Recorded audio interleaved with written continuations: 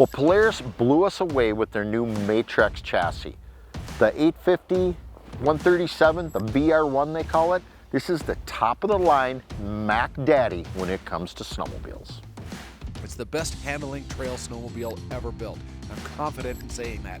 The thing just rips down the trails, corners like it's on rails, handles the bumps, it's got all the rider balance control, takes it to a whole new level for us. So the dash is impressive. It's now 7 inches, and although I thought at first maybe it was going to be overkill, I really liked the new ride command, and I would love to be linked with the other riders in my group to be able to pay attention to where they're at. I also found that it was very easy to set my hand warmers to a specific temperature, and so at low, medium, or high, I could set that for exactly what I wanted it to be. So when we left and it was -6 degrees in the morning, I had them at high at 150 degrees.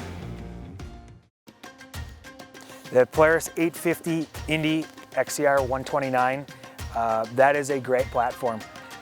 It's nimble and it's quick, and with the 850 in there, it's really powerful. And just fun to ride, sporty, comes through the corners, predictable, and it's just a blast to ride, that's for sure. For riding the Polaris in the rough trail, through the corners, bumps like that, I can see why they do so well on the cross country. Smooth, rough, it didn't really matter, the sled just performed. Now we chose the 129 track length to go run through the bumps. We like that new chassis is tried and true. We really like it this year. And now with the Velocity shocks, be able to adjust it. You have adjustability for soft, to soften up the valving, firm it up, whatever you're doing. If you want to push it hard, take it easy, this sled will do it. It's a proven race sled. These guys are winning championships cross countries with this sled. They want the best snowmobile money can buy to go ride the bumps. They're going to go buy the XCR. With the Walker Evans Velocity shocks, I found that this sled was dialed in, and we had switched from all different sizes of individuals that day, and I could get on this sled and it reacted perfectly for me.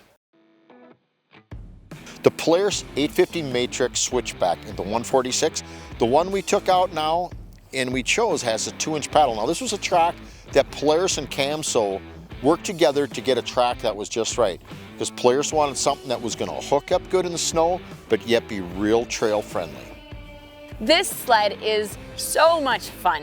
You can ride it on the trails, and when you see that perfect spot that you're able to get off into, you can go out and play. So we were able to find some, really fresh powder areas where I was able to ride through the trees and lean it over very easily. But when we got back on the trail, the suspension and the Matrix rider forward positioning is it's aggressive, but yet it's very, very comfortable. Just about anything that you could put your finger on is new and refined and brought to a whole new level in the Matrix platform.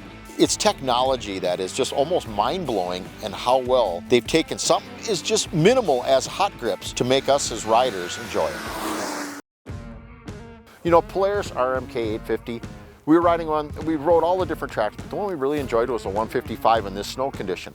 They got a new 2.75-inch track that they developed along with Camso that must be a little harder paddle, because it seemed to bite really good on the hard pack, but yet didn't seem to want to trench.